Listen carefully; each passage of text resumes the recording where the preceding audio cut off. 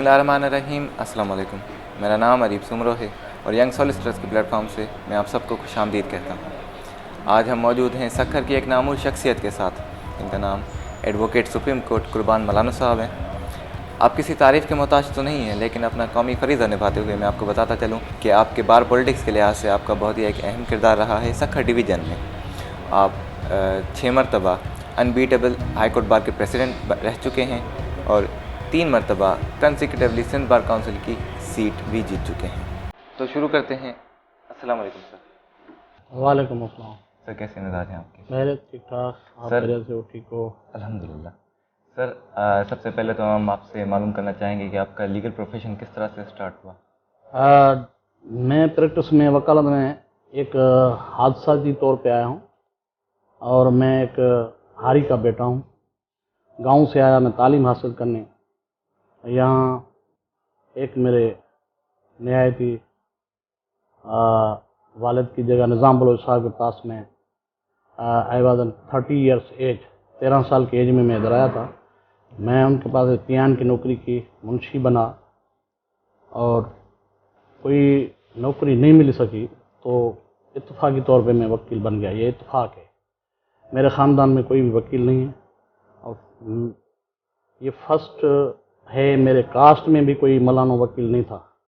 ये पहली बार मैं वकील बना।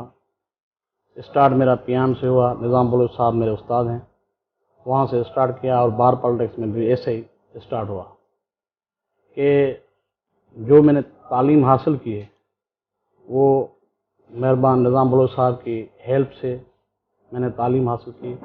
गुर्बत की वजह से यहाँ आया और उनके पास में रहा और एज ए फैमिली मेम्बर मुझे निज़ाम बलोच साहब ने अपने घर में ठहराया और आज आपके सामने हूँ। मैं 3 दफ़ा बार काउंसिल का मेंबर बना हूँ और vice chairman Sindh bar council का रहा हूँ 2017 में। जब मैंने बार पॉलिटिक्स स्टार्ट की थी उस वक्त हमारे लीडर थे इधर बड़े नामयारे कानूनदान हलीम पीरजादा साहब, इमदाद अवान मरहूम हमारे बड़े लीडर थे सक्खर के, और गुलबहार कुरैशी साहब, फताह मलिक साहब। तो ये उस वक्त मैंने बार पॉलिटिक्स स्टार्ट की थी 94 में।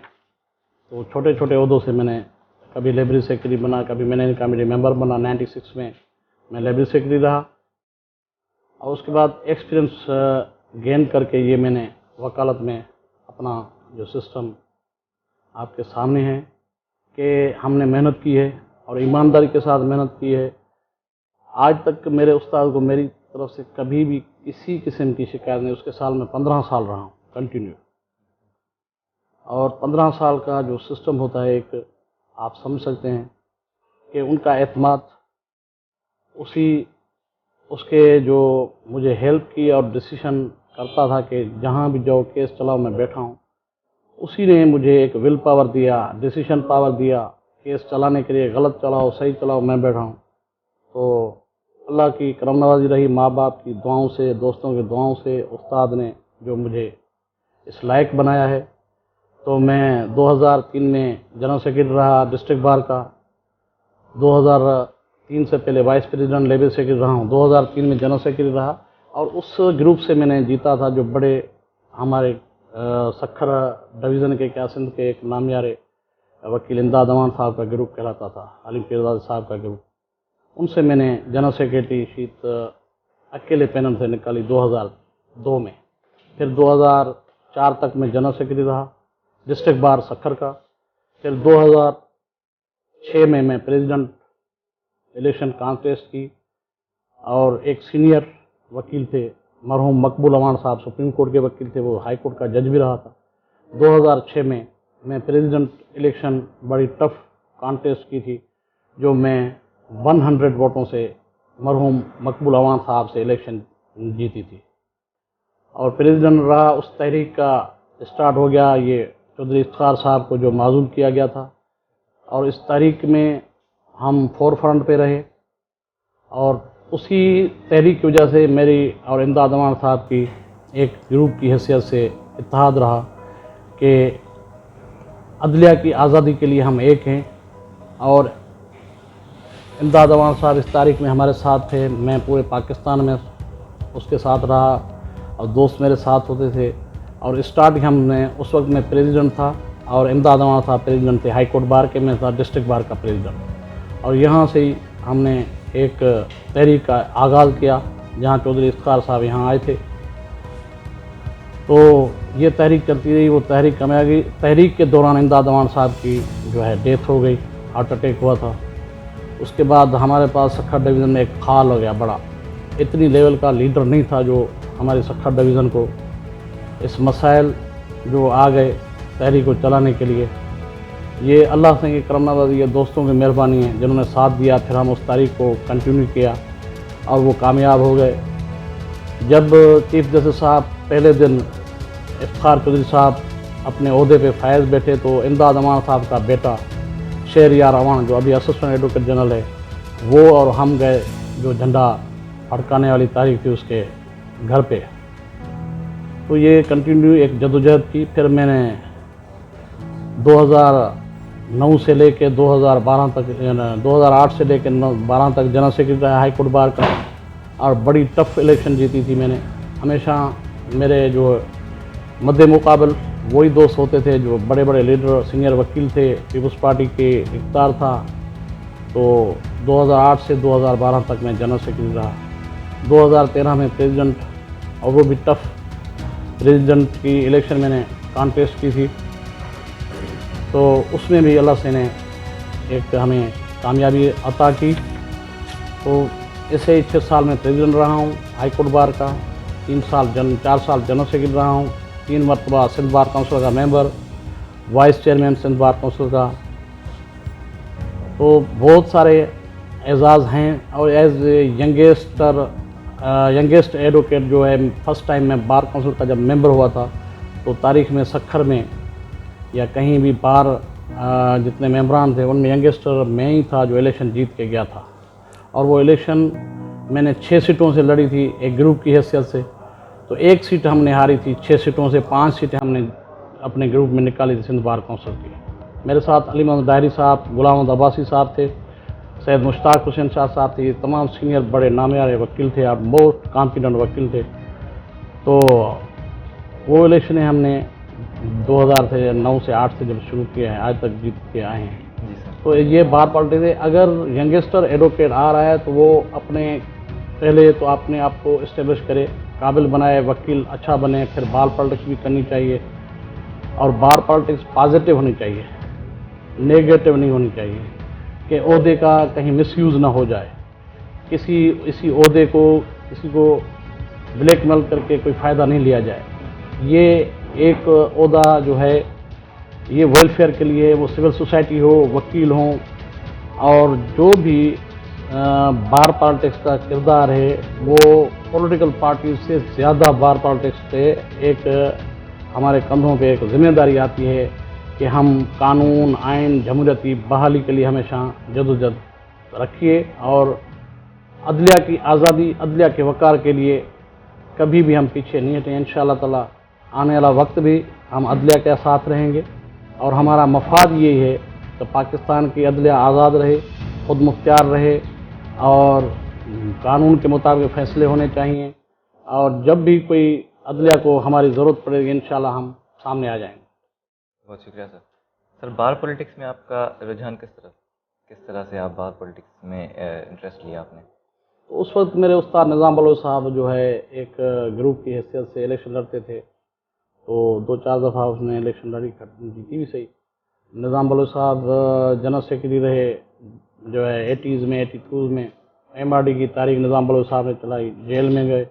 उसी के कहानी। और उसके सक्खर के शेख हयाज साहब जो है एशिया के बड़े शायर भी थे, दानश्वर भी थे और तमाम बड़े पाए के वकील भी थे। तो वो भी, उनसे हमारी जो है एज ए मैं उसके पास ड्राइवर भी रहा हूँ 2 महीने। निज़ाम बलोच साहब ने बोला कि भाई उसका ड्राइवर नहीं है, अभी आप जाओ। 2 महीने मैंने शेख हयाज की भी ड्राइवरी की थी, उसकी खिदमत की थी। वो किताब जब लिखता था या कंपोज करता था तो मुझे देता था कि ये फ़ोटो कापी कराना है, ये करेक्शन कराना है, ये प्रेस ले जाओ।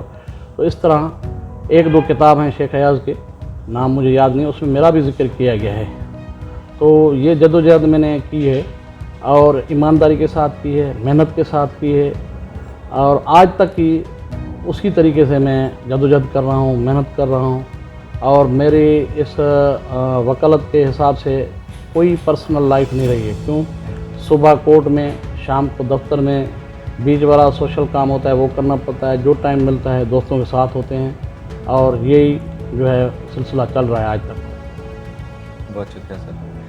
सर, सक्खर बार एसोसिएशन, जब आप इनके ओहदे पर फाइज थे तो सर क्या बेटरमेंट के लिए आपने काम किया वकीलों के लिए? वेलफेयर के लिए जो काम किया जाता है ना बार के लिए, जी सर। ये तो बार के मेंबर बता सकते हैं कि हमने क्या क्या नहीं किया है। तो इस तरीके से देखें, बार की लाइब्रेरी को मैंने पहले तरजीह दी, वो डिस्ट्रिक्ट बार की लाइब्रेरी हो या हाई कोर्ट बार की लाइब्रेरी हो। कि यंगस्टर जो आ रहे हैं उनको लाइब्रेरी इतनी अच्छी होनी चाहिए कि जो भी उसको जो किताब की ज़रूरत पड़े तो उनको लाइब्रेरी में मुहैया हो और वो उसी किताब से फ़ायदा लें। और मेरा हमेशा यही रहा है, इनक्रेज किया है यंगस्टर को। और इस वजह से कि अपने आप को वकालत के लिए एक डिग्री जब ली जाती है तो इस हिसाब से नहीं है कि हमने वकील बनाया अभी नौकरी और करनी है, नहीं। आज बहुत सारे दोस्त हमारे जो है ब्यूरोक्रेट रहे हैं 18 ग्रेड के भी, वो इस्तीफ़ा दे के वकालत करते हैं। इतनी बड़ा एजाज़ है, ये लार्ड प्रोफेशन है। जब वकालत में आओ तो दूसरी नौकरी के पीछे मत जाओ।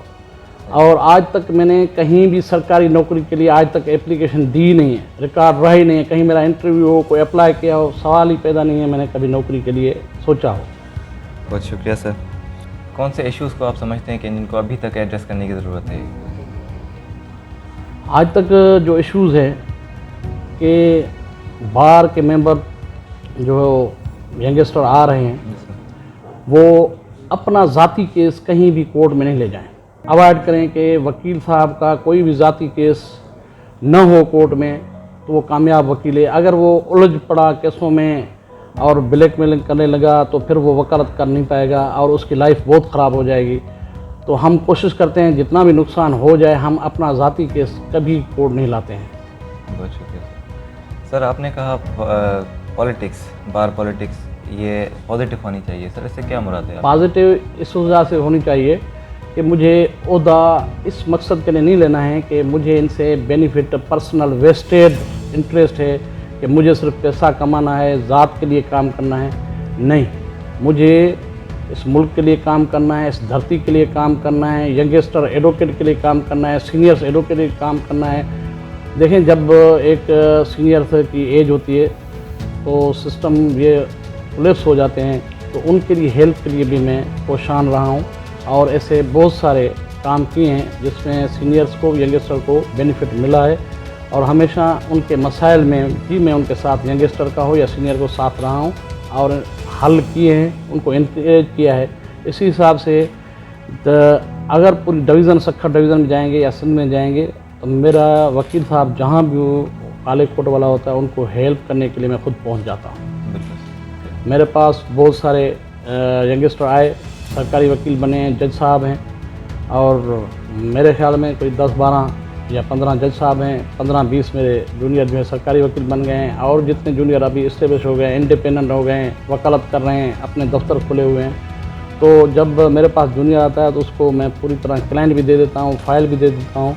ये रोज़ी रिज़्क़ का सिस्टम जो होता है, नसीब का, ये मेरे रब के हाथ में। और ये नहीं समझना चाहिए सीनियर को कि जूनियर को फ़ाइल नहीं दो, ये क्लाइंट उसका ना हो जाए या पैसे मुझे नहीं मिलेंगे, उसको मिलेंगे। ये नसीब की बात है, किसको मिलने हैं किसको नहीं। उसकी नसीब में हो सकता है मेरे को और मिले, जिसका नसीब है उसको मिलता है। सीनियर्स अवॉइड करते हैं बहुत सारे कि जूनियर्स को फ़ाइल देने से, इंडिपेंडेंट वकालत के लिए या क्लाइंट के मेल जोल से भी वो थोड़ा रिजर्व रहते हैं। बहुत शुक्रिया सर। सर, आपने कहा कि आपके बहुत सारे शागिर्द जजेस की सीटों पर फाइज हैं। सर, आपका रुझान नहीं हुआ जुडिशरी की तरफ? मैं जुडिशरी की पोस्ट के लिए, जज की पोस्ट के लिए अहल नहीं हूँ। तो ख़ुद जब मैं कह रहा हूँ अहल नहीं हूँ तो नौकरी कैसे कर सकता हूँ? बहुत शुक्रिया सर। सर, 2007 में एक मूवमेंट चली थी, लॉयर्स मूवमेंट। सर, उसमें आपका क्या किरदार था और आपका एक्सपीरियंस उस लिहाज से क्या था? वो एक्सपीरियंस जो है ना हमने किया और वो तजुर्बा ऐसे कामयाब हो गया जो उस ज़माने में मेरे ताज़ा एक मेरा ऑपरेशन हुआ था और उसी हालात में मुझे अरेस्ट किया गया, उसी हालात में मुझे जो जेल में रखा गया। और मैंने गद्दारी नहीं की, अपनी तहरीक को चलाया और निंदा साहब के बाद कोई भी नहीं था। कुछ हमारे लीडर हजरात सखर के थे जो किसी धोखे पे चले गए, किसी को लालचें मिली, पर हम कुछ और दोस्त हम खड़े रहे आखिरी हद तक, आज तक वो उसी पे खड़े हैं। बहुत शुक्रिया सर। थैंक यू सर, आखिर में यंग लॉयर्स के लिए आपकी क्या सजेशन होंगी, एडवाइस? यंग लॉयर्स के लिए अभी जो रुझान आया ना, सिर्फ काला कोट पहनना है, टाई पहननी है, ये नहीं है। मैं ये कह रहा हूँ कि हर किस्म की जो है फैसिलिटी आज यंगस्टर को है लाइब्रेरी में, और सीनियर्स भी जो है लाइब्रेरी है वो भी यूज़ कर सकते हैं। मेहनत करें, टाइम दें। 1 साल का जो है मेहनत है ना, वो सारी उम्र ऐसा जो है मेवा है, हमेशा वो खाता रहेगा। जो 1 साल तक रात दिन मेहनत करे और ये नहीं देखे मुझे और भी काम करने, नहीं, काम ये है तो वकालत सीखनी है। पहले 1 साल तक वो अपने आप को वकालत के लिए सीखने के लिए वक़्फ़ कर दें। बहुत शुक्रिया। Thank you. Thank you sir. Thank you sir. Thank you.